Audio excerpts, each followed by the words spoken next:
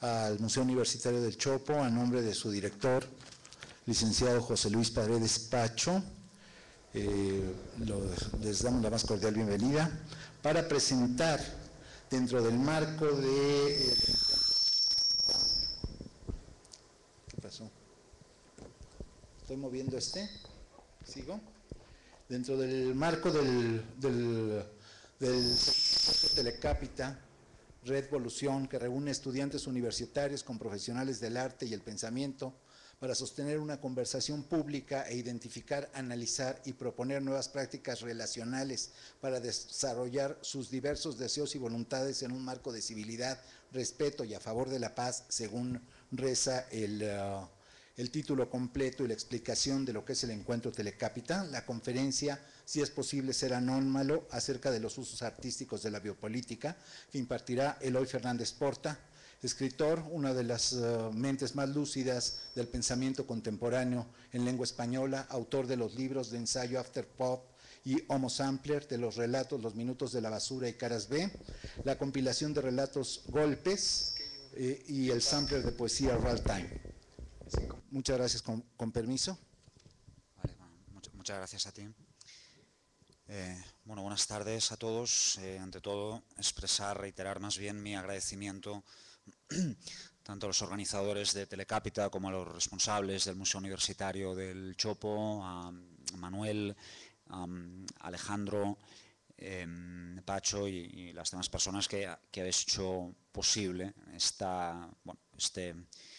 asalto al estudio de la realidad.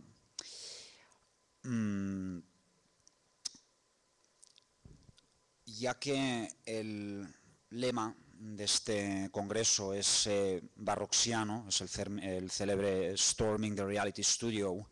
que aparece por primera vez, si mal no recuerdo, en La Máquina Blanda, en el año 63,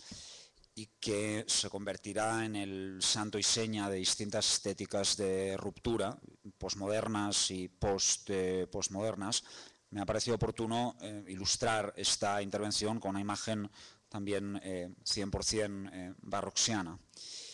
Esto que veis es una fotografía tomada en primavera del año 1997, pocos meses antes del fallecimiento del autor del Almuerzo Desnudo, en la casa de Lawrence, en el estado de Kansas, donde pasó los últimos 4 o 5 años de su vida. Observaréis que en esta fotografía hay un semicírculo, parece como si estuviera viendo un jardín desde un ojo de buey de un barco.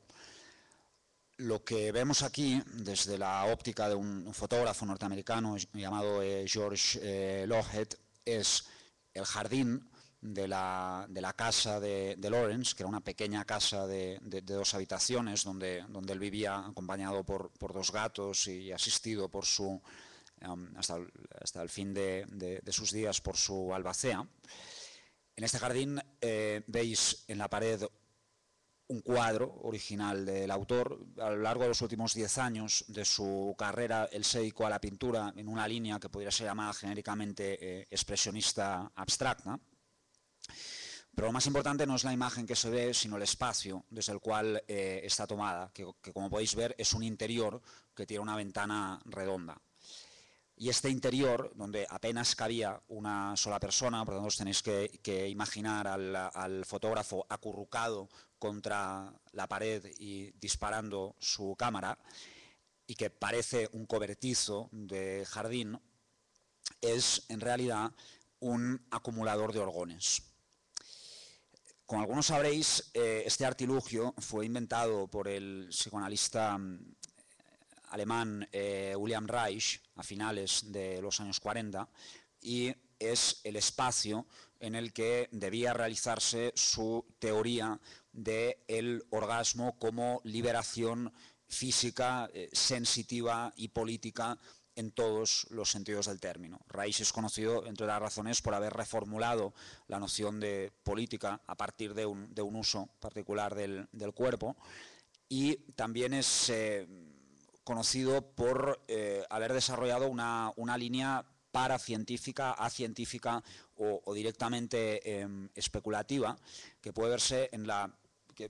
cuyo mejor ejemplo es la construcción de estas máquinas que se pusieron a la venta primero en Estados Unidos y después en Alemania a finales de los 40.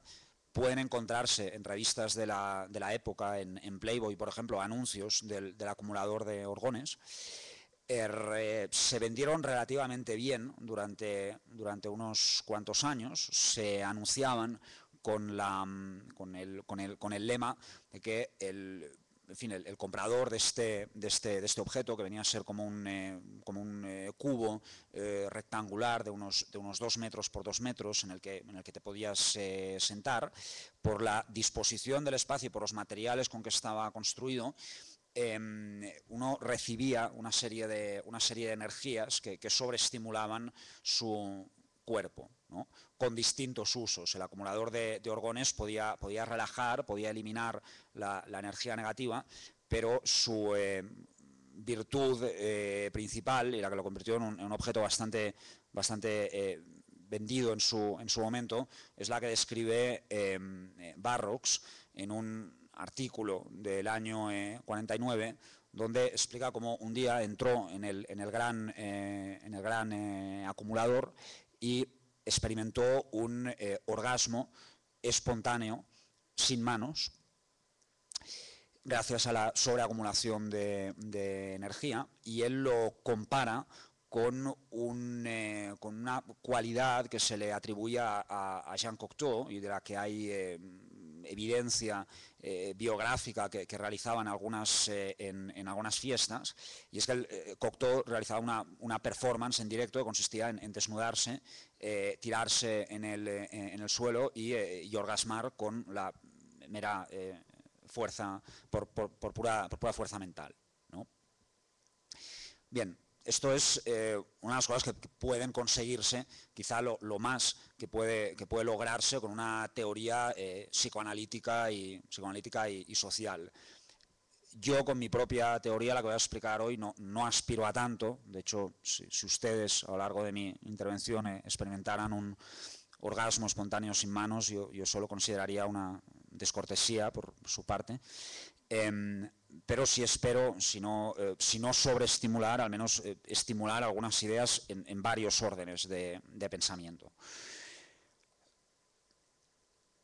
El título de esta conferencia, el subtítulo que propongo es Biopoder, aventuras de una noción. Yo lo propuse en modo condicional, si es posible ser anómalo, pero por uno de esos trucos del email acabó convertido en una afirmación. Sí, es posible. De modo que me siento responsable de ser coherente con ese cambio y ofrecer alguna posibilidad de anomalía política y socialmente relevante. Eso me ha hecho cambiar un poco el guión de mi trabajo. La constelación de las ideas sobre la que voy a hablar es la siguiente. En primer lugar, hablaré de los usos artísticos de las ideas, es decir, de cómo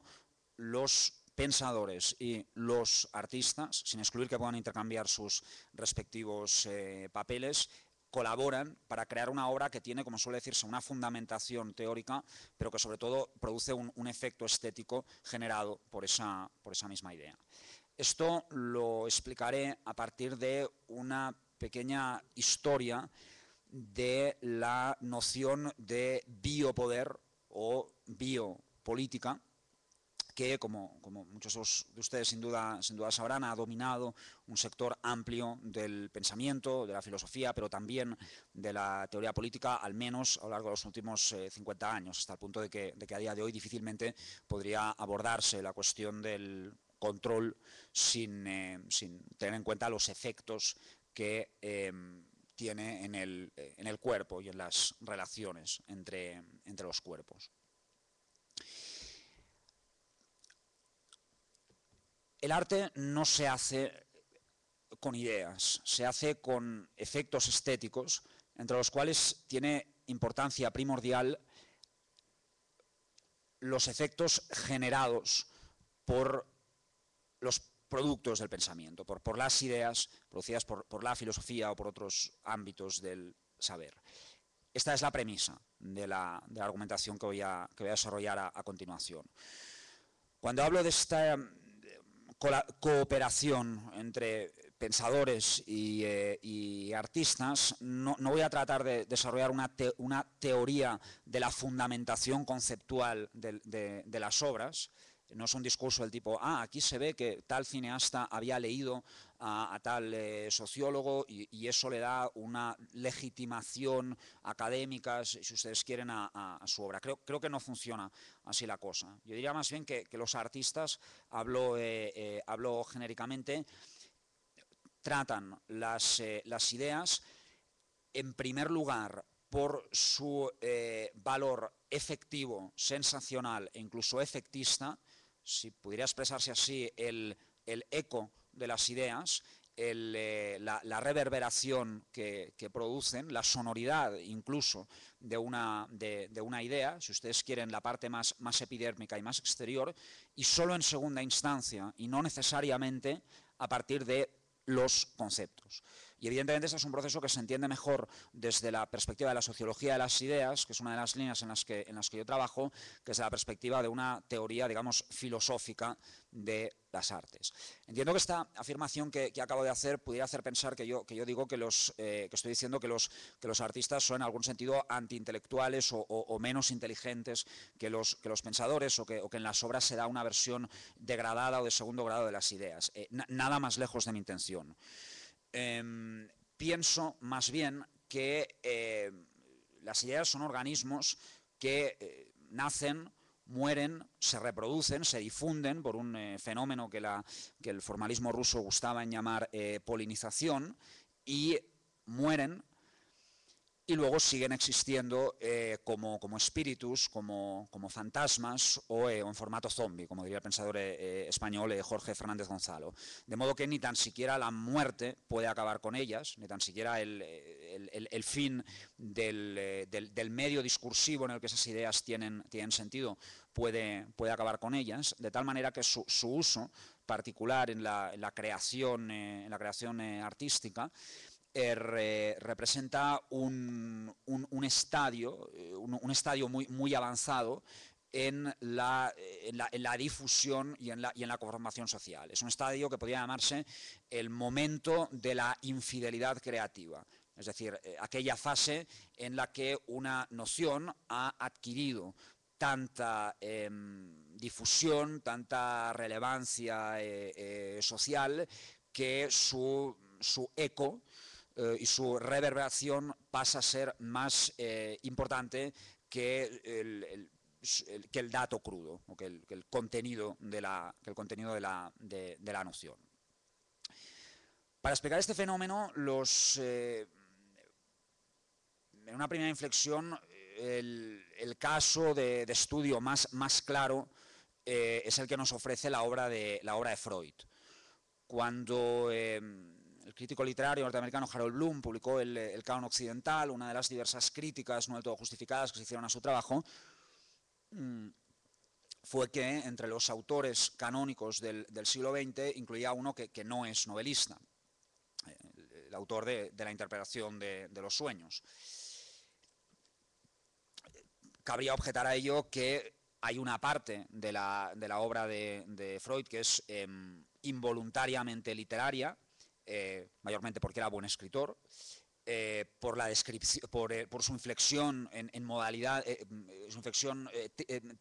técnica en modalidades estrictamente literarias, como puede ser la descripción del sueño o la autobiografía patológica, o que si se mira la fortuna del autor en el campo literario español, pues puede verse como puede encontrarse tanto las ediciones de Alianza de la interpretación de los sueños en 3 volúmenes, como un volumen de relatos clínicos publicado por Siruela con prólogo de Millás y presentado como una compilación de cuentos que están escritos en un diván, o al menos desde el diván. Todo eso es cierto, pero a mi entender no es esa la razón de fondo por la que este autor merecía estar ahí, incluso merecía estar en lugar de algún otro gran novelista de los que no aparecen en el libro que he mencionado antes. Freud merecía estar ahí sencillamente porque entre los 20 autores que aparecen en ese libro, él es con mucha diferencia el más influyente. Es el autor que ha creado un vocabulario, una tipología de personajes, un modo de caracterización de los individuos y sobre todo un código para explicarnos y explicar a los demás nuestra vida íntima, que ha tenido una extensión que desde hace décadas ya va muchísimo más allá de la lectura atenta de los textos, de tal modo que incluso las personas que dicen no creer en el psicoanálisis o que tienen reservas, en algunos casos justificadas, respecto del elemento paracientífico o cientifista de la obra de Freud, en fin, basta con hacer que se enfaden para ver cómo empiezan a usar el vocabulario estrictamente freudiano de esta persona tiene mucho ego, está reprimida, le falta esto, lo que pasa es que tiene un trauma, le sobra lo otro, etc. En fin, el uso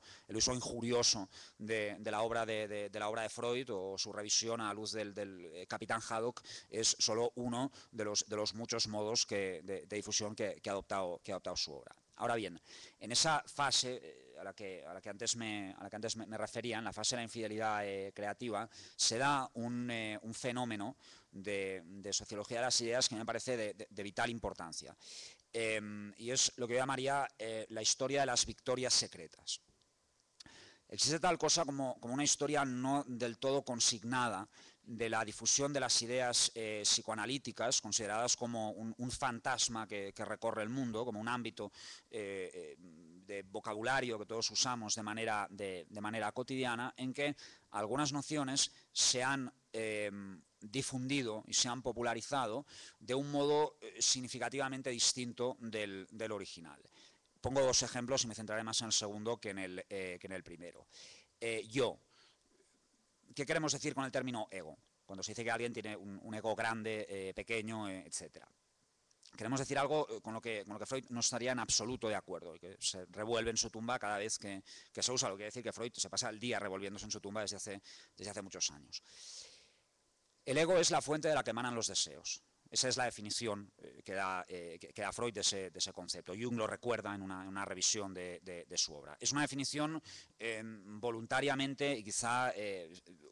útilmente imprecisa, porque describe esa parte oculta, esa parte estructural de nuestra propia identidad como un fluido o una organización de fluidos que busca a un otro en el cual debieran objetivarse esos deseos, pero que carece de forma, que carece de conformación. Jung lo especificará un poco al decir que el amor y otros vínculos personales solo pueden ser entendidos en un sentido relacional, no individual, de tal modo que la conformación de ese sujeto, que es una especie de Fontana di Trevi de los deseos, solo se puede entender en el vínculo con los demás. La pregunta cae por su propio peso. ¿Cómo es que el uso que hacemos cotidianamente, no solo en la cultura popular o en las conversaciones de diario, sino incluso en la crítica académica de ese término, es tan distinta de la original? Pues tan distinta porque uno de los principales discípulos de Freud y uno de los muchos discípulos que rompieron con él, Alfred Adler, ha logrado una victoria secreta. Porque en efecto, siendo la obra de Adler mucho menos leída que la de Freud a día de hoy, incluso difícil de encontrar fuera de las bibliotecas, aparte de algún texto como el carácter neurótico, que es un texto que también tiene un enorme valor literario, en ese proceso de ruptura, Adler propone una redefinición del término yo, en la cual distingue entre yoes pequeños y yoes grandes e hipertrofiados, distinción que Freud ni tenía en cuenta ni admitía. Concibe el yo como una forma marmórea que se impone sobre los demás, y es por eso que en su obra le da tanta importancia a la conformación del carácter neurótico, porque ese es un tipo de personalidad que aparentemente puede ser estudiada, tal como él lo hace en su célebre libro, independientemente de las relaciones con los otros, independientemente de los otros. El neurótico impone su modo de ser, no hay relación propiamente dicha, sino discurso, incluso ataque a los demás, ejercicios de denegación y de imposición, etc. Y de ahí emerge podría decirse un personaje, o la estructura de un personaje, el ego, que para el cual en la lectura de Adler el concepto de deseo es bastante menos importante que en la de Freud, y lo es mucho más, y gana importancia en cambio la pulsión de muerte que Adler interpreta más bien como una voluntad de ser destruyendo simbólica o físicamente a los demás. Lo que tiene lugar en ese proceso es, por una parte, un paso desde el psicoanálisis, digamos, de primera generación hasta el de segunda generación. En segunda instancia, un salto desde la clínica tal como la entendía Freud, que podía definirse como una filosofía terapéutica, cuyo objeto no era tanto la curación o mucho menos la felicidad del paciente como un modo particular de indagación autorreflexiva novelística, que lo convertiría en un sujeto muchísimo más sofisticado que el sujeto que no iba a la terapia y que por tanto carecía de psique. En segunda instancia, cabría decir también que en ese paso o en esa traición del discípulo al maestro tiene lugar también un paso de una concepción algo más cientifista a una concepción mucho más literaria, porque los dos autores a los que me estoy refiriendo son de distintos modos escritores, son novelistas que escriben novelas de personaje patológico, desde luego, pero sobre todo retratos de individuo, en muchos casos retratos arquetípicos, y en ese sentido yo recomiendo mucho leer el libro de Adler al que ahora me refería, como una novela con un suprapersonaje que, aunque no tenga propiamente una trama y aunque haya poco diálogo, si se lee en relación con otros casos de literatura norteamericana, quiero decir alemana, de la época, se ve que no está tan lejos de eso, porque la idea del personaje literario entendido como arquetipo está muy presente, pues, por citar solo los casos más evidentes entre los contemporáneos de Adler, en la obra de Thomas Mann, que cuanto más progresa, más se acerca a las figuras puramente arquetípicas y semidivinas, desde el Fausto hasta el José de José y sus hermanos, y en el otro lado de la estética germana de la época, también el expresionismo, sobre todo en su vertiente teatral, claramente cree mucho más en los arquetipos y en las figuras míticas o de estirpe mitológica que en los seres humanos, tal como se entiende este término a lo largo del siglo XX. La tercera, y acaso la más grave de las traiciones del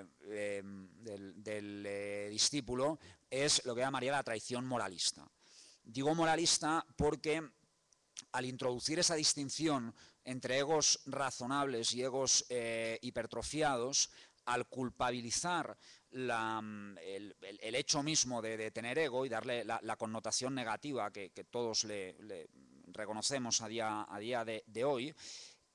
Adler, quizá acaso involuntariamente, no hace sino restaurar el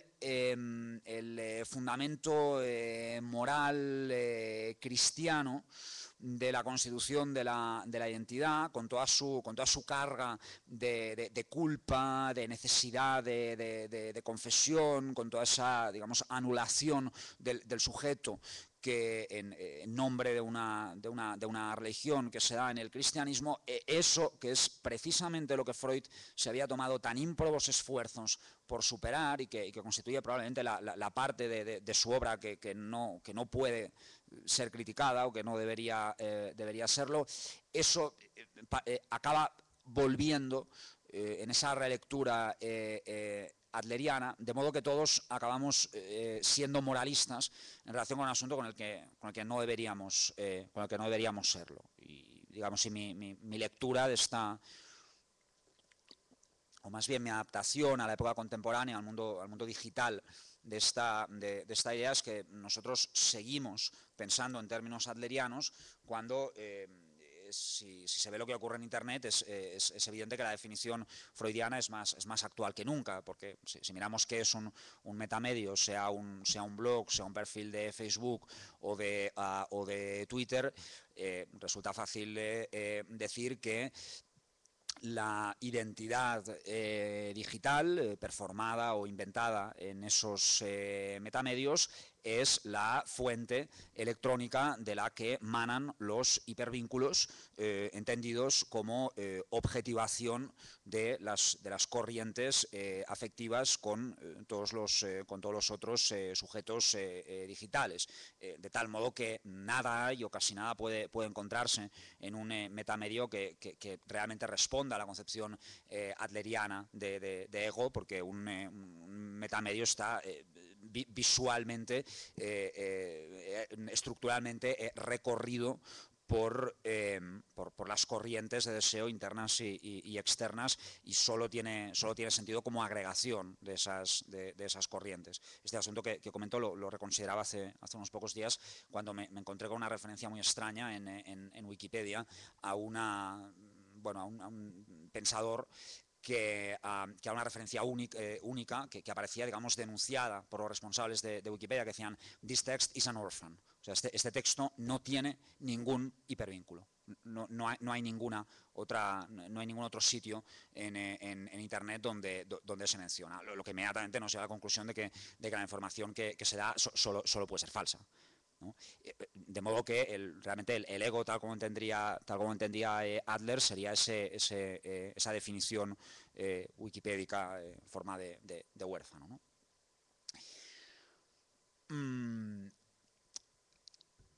Esta infidelidad creativa, que todos de algún modo repetimos día a día de distintos modos, y que los artistas repiten aún más que los civiles, es la primera de una larga serie, y yo centraré mi intervención de hoy en la segunda de ellas.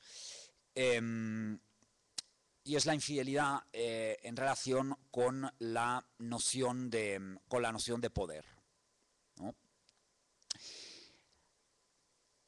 ¿Qué entendemos a día de hoy por poder sobre el cuerpo, y cuáles son los usos que se dan a esa noción? Adelanto mi tesis y diré que cuando en campos creativos, como pueden ser pues la performance, los happenings, las nuevas representaciones de la sexualidad, la post-pornografía, las modalidades artísticas vinculadas a la teoría queer o a las teorías de género, y más allá, a las representaciones de la sexualidad en literatura, en las artes, etcétera, contemporáneas. En ese ámbito, cuando se pone en juego o cuando se presupone la noción de biopoder, se está cargando a la cuenta de Michel Foucault una idea que en realidad, tal como se utiliza, proviene más bien del autor de este bonito espacio, de Wilhelm Reich. Y a Reich le pasa algo parecido de lo que le pasa a Adler, que es un autor, por decirlo menos, pasado de moda.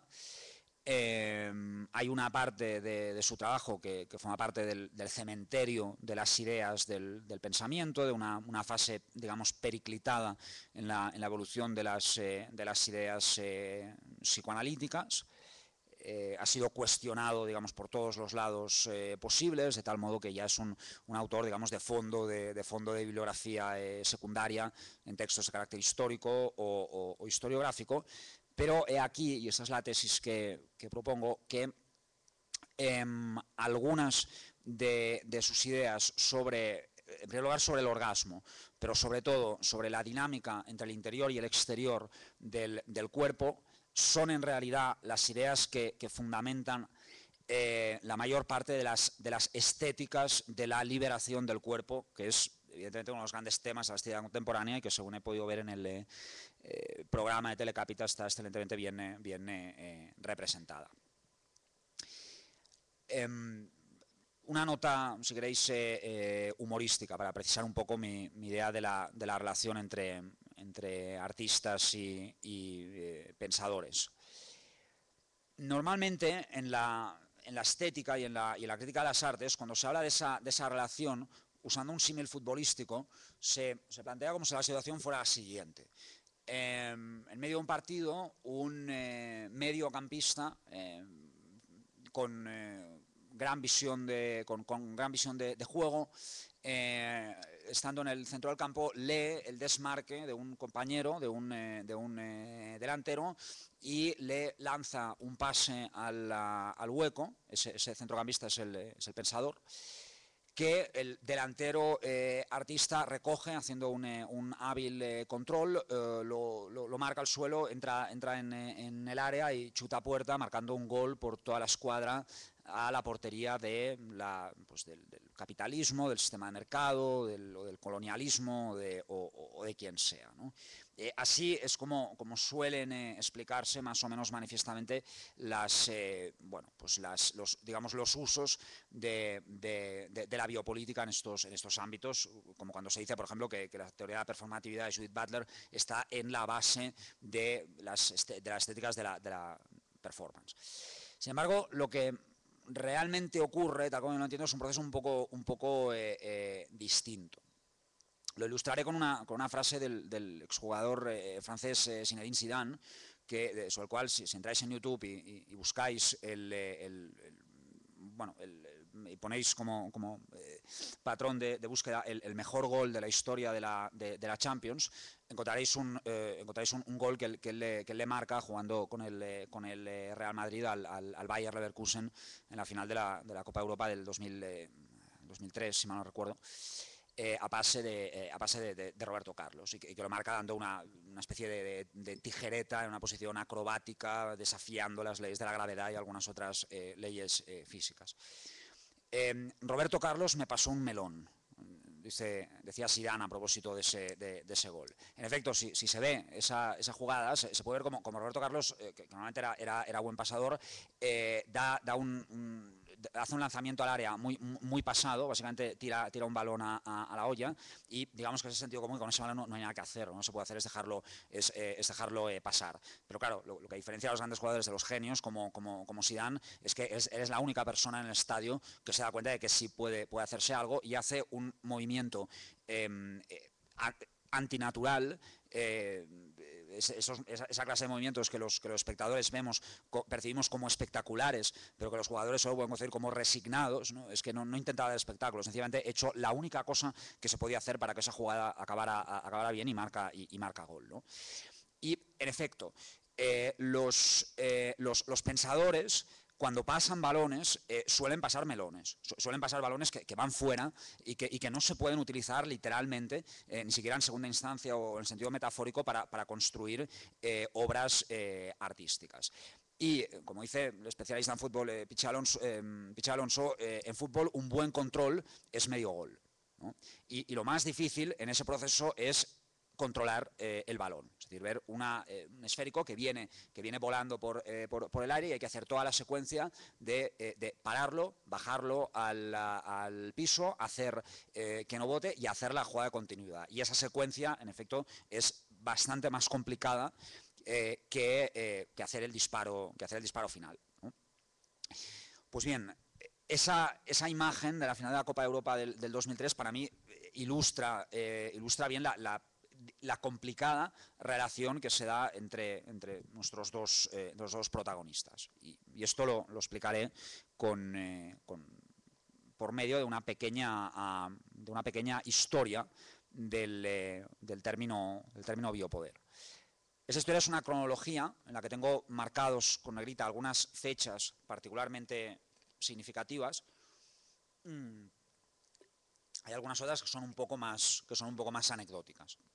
Pero para que se entienda a dónde quiero ir a parar con esta historia secreta, lo que quiero mostrar es cómo una idea va, como decía antes, nace, crece, aparentemente muere en un momento determinado y sigue funcionando en estado zombie hasta el punto de que su zombie fagocita otra idea, en principio más conocida. En la fecha señalada de 1963, en el célebre manifiesto de la Sexpol, Reich introduce la noción de caos sexual, con la cual quiere decir que las formas de control de la sexualidad propias del capitalismo temprano, las leyes, los principios morales, los sentimientos de culpabilidad sexual, el clasismo en la cama, etcétera, la pornografía también, todo eso representa una forma de caos organizado y estructurado que debe ser superado para conseguir un orden personal, un buen orden. En este uso del vocabulario, Reich se distancia significativamente de otras inflexiones, vamos a decir que revolucionarias en el cuerpo y sus usos, porque en efecto lo que él propone no es una revulsión o una ruptura al modo en que, por ejemplo, los surrealistas interpretaban el psicoanálisis de Freud a partir de una hipertrofia de la idea de inconsciente. Vamos a sacar ahí fuera todo el inconsciente y vamos a romper con toda esta mascarada del orden social. No, para Reich la cuestión es más bien la contraria. El orden social es el caos, es un caos estructurado y normalizado, y hay que tender, digamos, a otro tipo de orden.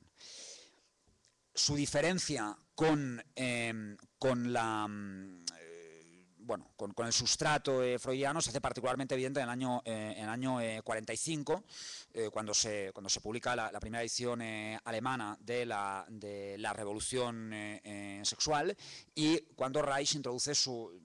crítica a Freud, que se hará célebre, en el sentido de que, así como Freud concebía la represión como un proceso limitador pero también instituyente, es decir, como unos límites que es indispensable, hay que resignarnos a pensar que es indispensable que el sujeto se ponga a sí mismo básicamente para no acabar destruido por sus pulsiones eróticas y tanáticas. En cambio, Reich hace una lectura estrictamente negativa de lo represivo y no le reconoce esa cualidad digamos, formativa o incluso de autocontrol y autopreservación que Freud le daba. Y aquí se abre otra importante disidencia con el legado freudiano que va a tener, digamos, consecuencias importantes. Una de ellas se puede ver solo 4 años más tarde, cuando Barrox, en un texto muy representativo del éxito que tuvo la revolución sexual en el marco de la contracultura norteamericana en general y de la generación beat en particular, que eran bastantes lectores de ese texto, que se tradujo muy rápido, o sea, el mismo año en que se publica en Alemania ya hay una edición norteamericana, además accesible. Barrox escribe un texto, digamos, que se puede entender como un texto de carácter publicitario, o sea, se publica en una revista bastante conocida, luego él lo reedita en una compilación de artículos, pero que es poco menos que una recomendación a comprar cajas de orgones y a gozar con ellas, ¿no? En ese sentido, los que estéis interesados en su obra, podríamos pensar en la pulsión publicista que recorre la obra de Barrox, que se puede ver en varios textos suyos, en que desmantela la narración publicitaria, y podría verse su historia como un proceso que empieza cuando aún no es un escritor conocido, apenas es un escritor, en el año 49, con ese anuncio que quizá involuntario de la Organ Box y que culmina a principios de los 90 cuando la casa Nike le contrata para hacer un spot de calzado deportivo, ¿no? Eso se puede ver como los dos extremos de la escritura barroxiana.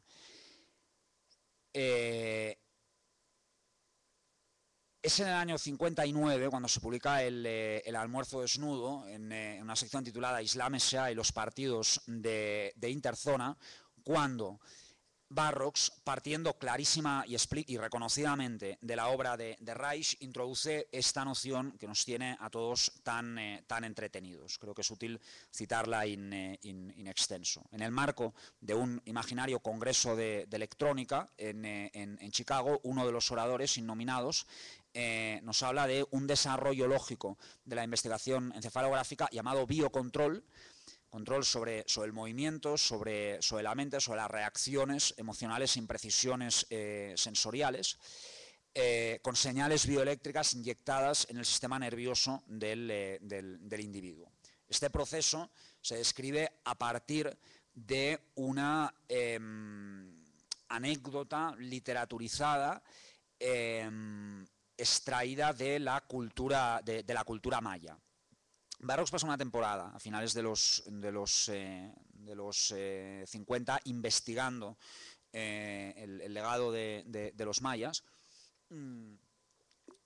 y construyó una historia en algún extremo verídica, aunque más bien expresionista, sobre un sistema de control que no se basaría en la coerción física ni en la prohibición, sino en formas de control mental de carácter telepático. Es inevitable relacionar esa concepción del poder con las concepciones ideológicas que emanan, por ejemplo, de la Escuela de Frankfurt, del control de los medios de comunicación, de los poderes fácticos, etcétera. Pero hay que decir que la literatura de Barrox, aunque hace posible esa lectura, no es su interpretación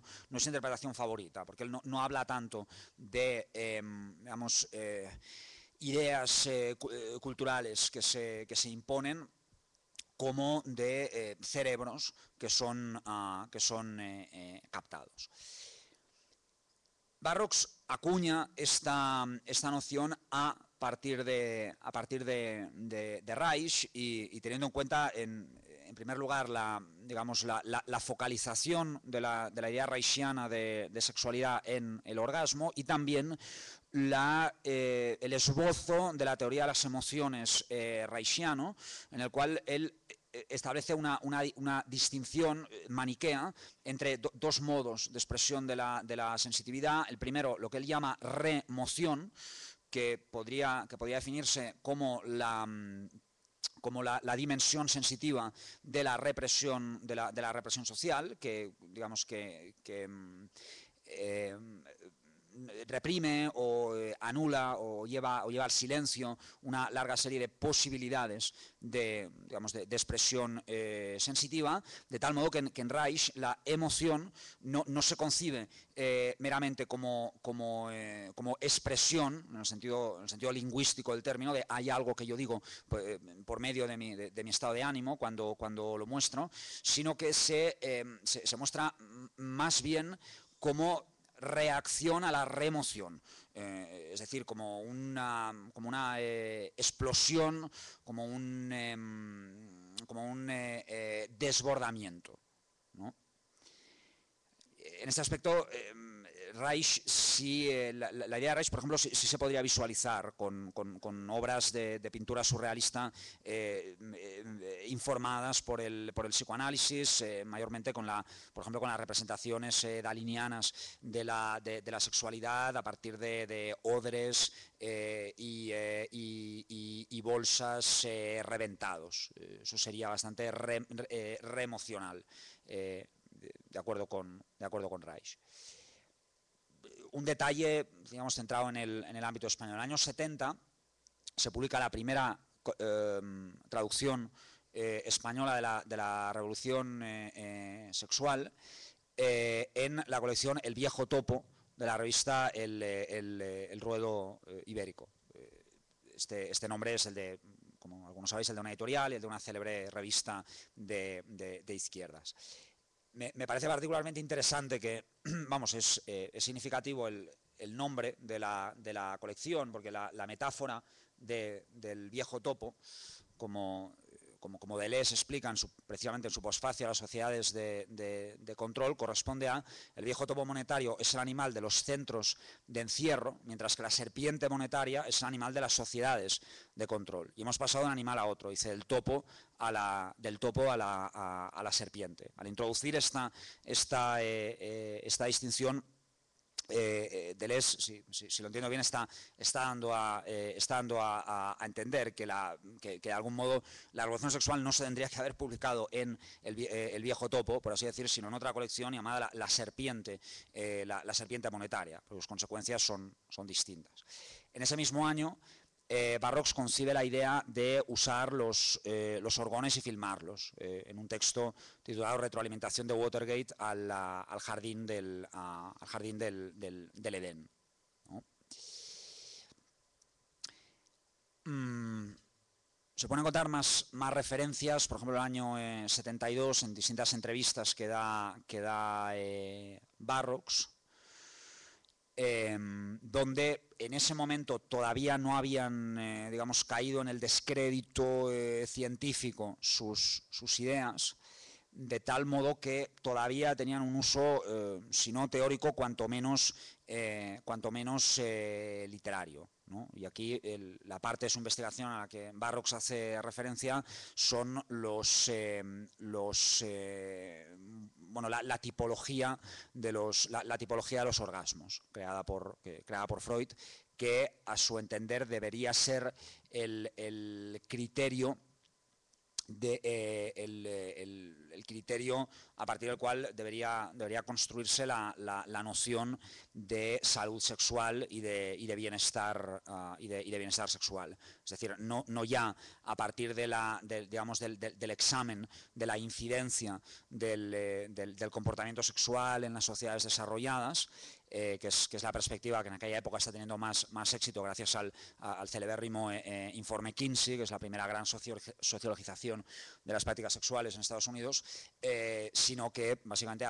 cada uno de nosotros tendría que ponerse en una de las máquinas orgónicas de Reich, para modular, para medir la intensidad de nuestros propios orgasmos, ¿no? como índice de desarrollo intelectual. En ese mismo año se publica otro texto relevante, en el cual Reich es, si no el autor más citado, al menos el segundo más citado de entre los autores vivos. Me refiero al Antiedipo, donde él aparece como, digamos, un héroe de la liberación, que merece comentarios como los siguientes: en nombre del deseo introdujo un canto de vida en el psicoanálisis,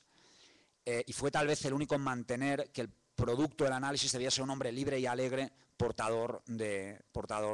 vida. Aquí, en la elaboración de sus héroes de la revolución molecular, Deleuze y Guattari encuentran en Reich una inspiración, en un sentido un poco parecido al que la encuentra Woody Allen al año siguiente en la célebre escena de la parodia del acumulador de orgones en su película futurista El Dormilón, ¿no? Es en el año 65 cuando se da el choque más significativo entre las dos perspectivas que estoy comentando. Es el año en que se publica el primer volumen de la historia de la sexualidad, en el que Reich aparece citado 3 veces y solo de manera crítica. La ingenuidad de Reich es la primera referencia que se usa, y Foucault le atribuye una visión de la política sexual como si fuera meramente un procedimiento de represión vinculado con las nuevas exigencias de la industrialización, el cuerpo productivo contra el cuerpo del placer. Y es en ese texto seminal donde Barrocs introduce esa revisión la noción de lo represivo que arrastra con toda la tradición de la que vengo hablando y con todas sus diferencias. Arrastra por igual con la definición original y con la redefinición reichiana, porque Foucault va a proponer una concepción completamente distinta de lo normativo,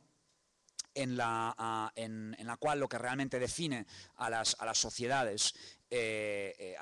de control no es propiamente la prohibición, aunque ésta exista, ni la censura, aunque es un mecanismo relevante, ni el no, aunque hay muchos noes a nuestro alrededor, sino más bien un doble proceso de incitación y prohibición, de sugerencia e impedimento, de investigación acerca de las perversiones y producción de normalidad que solo puede existir o solo puede formularse cuando se han explicado en qué consisten esas perversiones. En fin, lo que define propiamente a las sociedades de control, y esta gran diferencia entre Foucault y Reich, no es más bien una pulsión discursiva, es decir, una puesta en práctica de dispositivos discursivos acerca del sexo, de su historia, de su tipología, de la vida íntima, una continua incitación a hablar de ese tema, que simultáneamente es descrita como si fuera un tabú. Y Foucault describe muy bien la paradoja social por la cual nos pasamos la mitad del día, digamos, hablando de sexo o digamos, investigando sobre ello o de un modo u otro, digamos, implicándolo en nuestro discurso, y la otra mitad diciendo que ese mundo es secreto, que es un tabú o que está censurado, que es tanto como decir que a día de hoy la pornografía es un tabú. O sea, la pornografía está en todos lados y Internet no existiría sin ella, pero aún así hay gente que cree oportuno seguir hablando en términos de tabú y de prohibición. ¿Por qué? Pues, y este es uno de los argumentos fuertes que quiero presentar, pues porque Reich resulta mucho más útil que Freud para obtener efectos estéticos y para hacer obras de arte. Quería decir mucho más útil que Foucault, porque en efecto al delantero al que le pasan este balón que dice que la norma trae consigo un principio de calificación, un principio de corrección, que la norma no excluye propiamente y que siempre está ligada a una técnica positiva de intervención y transformación, de modo que la norma es constitutiva de la voluntad de ruptura, de tal modo que lo anómalo está absolutamente integrado en relación con lo normativo. Claro, ¿qué hace un artista con eso? ¿Qué hace un cantante con eso? ¿Qué hace un escritor? ¿Puede desarrollarse una obra literaria a partir de o tomando en cuenta los efectos estéticos de esta noción? No digo que sea imposible y se me ocurre algún que otro ejemplo, pero al nivel psicológico y aún más al nivel estético, nos conviene más creer que Reich tenía razón. Porque los efectos que de ahí se derivan, los personajes artísticos que aparecen, sus cuitas, sus inquietudes, sus problemas, el modo en que se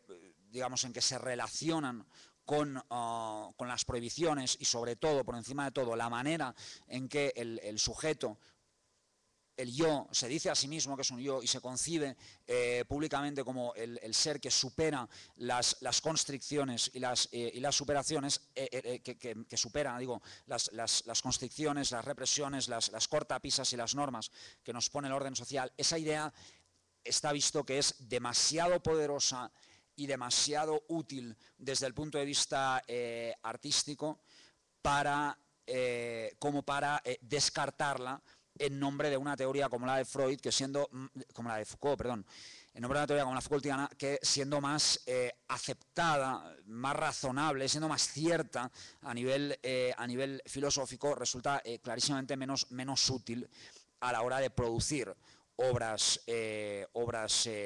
artísticas, ¿no? Es a partir de este gran momento de crisis en el que empiezan a surgir algunas otras, digamos, críticas y reservas a la obra reichiana, y voy terminando con esto.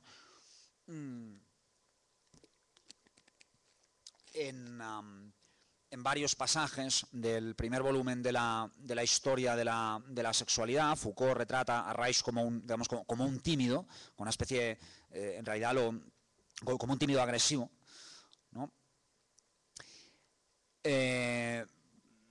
Caracteriza su obra como un energitismo difuso, digamos que no concibe no concibe, por ejemplo, la posibilidad de que existan cuerpos no excitables, y me quedo con esta última referencia, creo que es la más relevante. El hecho de que tantas cosas han podido cambiar en el comportamiento sexual de las sociedades occidentales sin que se haya realizado ninguna de las promesas o condiciones políticas que Reich consideraba necesarios y que podrían sintetizarse en la idea de un socialismo, de la vía orgásmica hacia el socialismo. Todo eso, a entender de Foucault, prueba que toda la así llamada revolución del sexo, toda la lucha antirrepresiva, no representaba más que un desplazamiento y un giro tácticos en el gran dispositivo de la sexualidad, un modo distinto de la norma, por así decir. No ha tenido lugar, por tanto, ese gran cambio social que Reich propugnaba y para el que construyó unas cajas tan bonitas. Sí, como todas las otras utopías artísticas, ha tenido lugar, como todas las otras utopías políticas del siglo XX, la revolución ha tenido lugar en el campo del arte. Efectivamente, todas las revoluciones que el psicoanálisis ha insinuado en el caso de Freud, que no era para nada un revolucionario, o ha prometido en el caso de los psicoanalistas de segunda y tercera generación, efectivamente, los pintores, una parte de los escritores, bueno, un sector amplio de la creación contemporánea se ha formulado como, en primer lugar, como un espacio de batalla donde esta guerra se libraba y se focalizaba, y en segundo lugar como la utopía donde esa revolución se realizaba. No así en la vida real, donde el prestigio de Reich de algún modo va decayendo. En el año 80, en otra de las entrevistas, ya Barroc se muestra un poco más crítico con él y dice que ya, bueno, pues a 35 años vista de la publicación de la Revolución Sexual, lo que más sostiene en sus investigaciones, cree él, son las investigaciones sobre el cáncer, cosa que a día de hoy es absolutamente insostenible, pero que en algún momento ya era una de las últimas cosas que quedaban, que aún no habían sido, digamos, científicamente desmentidas, básicamente porque sus ideas sobre la influencia de los orgasmos y de la ergonomía en el cáncer eran tan especulativas y tan genéricas que no se prestaban a una refutación científica. Casi era mejor decir, pues mira, a lo mejor sí, o al nivel del placebo, pues creérselo, ¿no? En el año 99 se publica un volumen de conversaciones con Barroc, uno de los textos recientes de crítica barroxiana, bueno, un reader de estudios de distintos autores, y en el cual puede verse por indicio onomástico que Barroc aparece con Reich y casi sin Foucault, ¿no? Es decir, que aparece como uno de sus referentes, pero solo unos años más tarde, en el 2009, con motivo de la publicación de un volumen de artículos a propósito del 50 aniversario de la publicación de Naked Lunch, hay 5 referencias al pensador francés, todas ellas relacionadas con la sociedad de control y ninguna en relación con el pensador alemán. Es decir, que ha habido un borrado de una influencia que es probablemente la influencia de pensador que Barroc reconoció de manera más explícita a lo largo de su obra. En todo este proceso, lo que se ha dado, recapitulando, es un traslado siguiendo con la metáfora futbolística, se ha dado una compleja jugada en la que se dan una serie de paredes, de pases, que empieza con un psicoanalista que trata de pensar que trata de pensar el cuerpo de una manera anticristiana y antifreudiana a la vez, y esa es la razón por la que en el momento en que aparece realmente se le da relevancia. Recoge el pase un escritor que utiliza esa idea para desarrollar una estética de los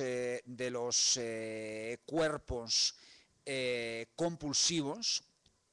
una estética de los cuerpos nerviosos, en la que el cuerpo aparece recorrido por corrientes de ansiedad, de pulsión sexual incontrolable, de explosión. Uno de los motivos digamos, recurrentes en la obra de Burroughs va a ser la del personaje, normalmente un adolescente que explota físicamente o tiene un orgasmo él solo, sin ningún tipo de estimulación. De tal modo que a la idea del orgasmo más que del orgasmo, la idea de la orgonomía como nueva ciencia de la liberación, Burroughs le añade literariamente el motivo del adicto al orgasmo, motivo que será recuperado luego por ejemplo, el campo de la música, por un grupo que toma ese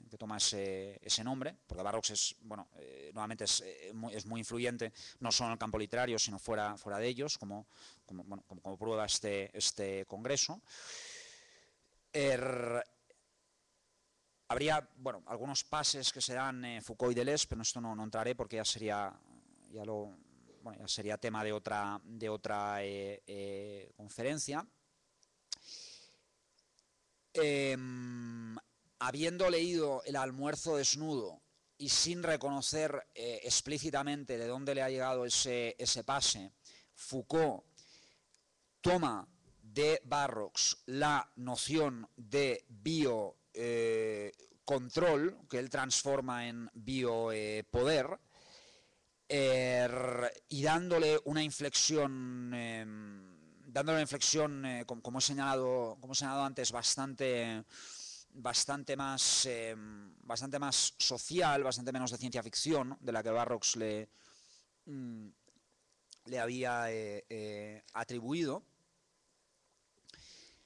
Y en este proceso la noción la idea Foucaultiana, aunque no solo Foucaultiana, de una sociedad en la cual es el cuerpo el lugar de inscripción de los procesos de control, el cuerpo más que la mente, el cuerpo antes que la conciencia, es el gran mentís de Foucault, digamos, a la escuela de la sospecha y a su obsesión por las conciencias colonizadas, alienadas, etcétera. Esa idea va a cobrar una enorme importancia en varios campos de pensamiento y creativos, pero va a ser artística, literariamente formalizada. Si hace falta poner ejemplos, pensemos por ejemplo, en Ballard, en literatura española, podría ser el caso de Juan Francisco Ferrer, que es un caso muy claro de escritor de tradición francesa perversa en lengua española. El cine de Cronenberg sería otro caso muy claro, etc. En todos esos casos en que la mayor parte de los comentaristas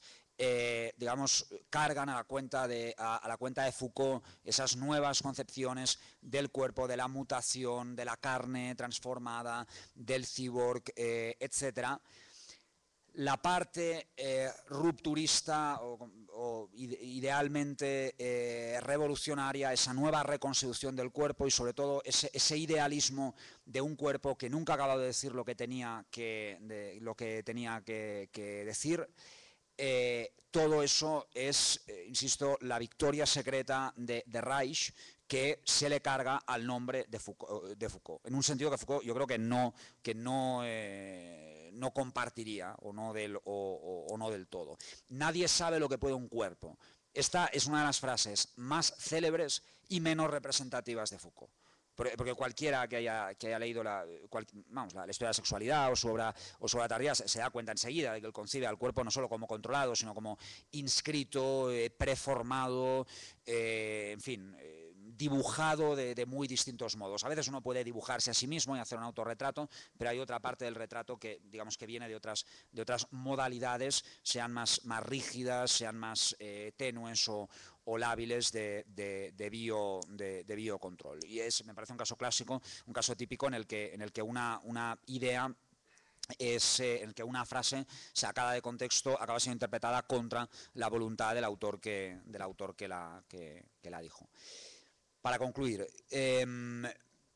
¿para qué creo que es útil o que puede ser útil esta reconsideración? Hombre, una de ellas para volver a Reich, si no como científico o como pensador, al menos como inspirador. Porque el inconsciente de los artistas, y esta es otra tesis que me parece importante, no está ordenado de forma canónica, como Bloom propone, y esa vertiente que antes he tratado de caracterizar como el efecto estético generado por las ideas puede provenir, en efecto, de las fuentes originales o puede provenir de su vulgata. Y en ese caso yo sostengo que hay una parte muy relevante de la creación contemporánea que puede ser descrita, al menos en parte, como una vulgata de ideas reichianas, y en ese sentido una relectura de la revolución sexual, como la que propuso el músico Guille Milky Way de la Casa Azul en el año 2007, cuando publicó un disco de pop ambiental con ese término, puede ser de ayuda. El segundo propósito de mi conferencia es, creo que ya lo he dado a entender, invitar al escepticismo en particular en las lecturas de esa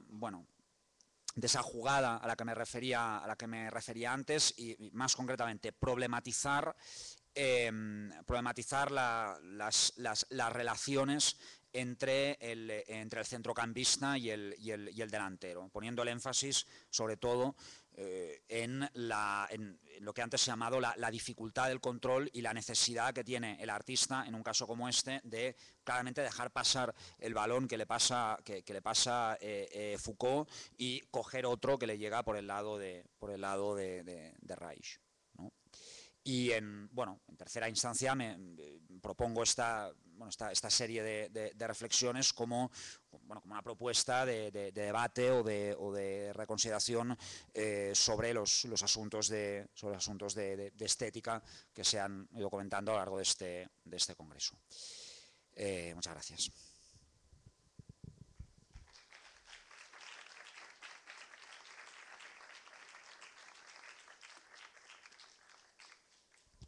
Bueno, creo que queda media hora antes de la siguiente conferencia, así que hay tiempo, ¿no? Bueno, esto es lo que digan los organizadores, pero sí hay tiempo para consultas, comentarios, objeciones y demás, ¿sí? Vale, pues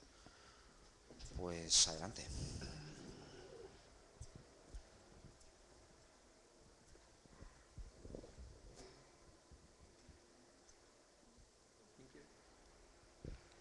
¿Alguien quiere preguntar? ¿No?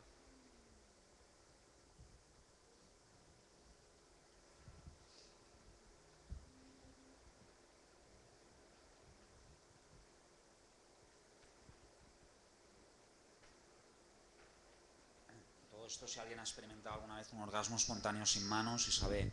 provocárselo a sí mismo por fuerza mental o incluso provocárselo a otras personas por fuerza mental, está cordialmente invitado a subir al escenario y hacerlo.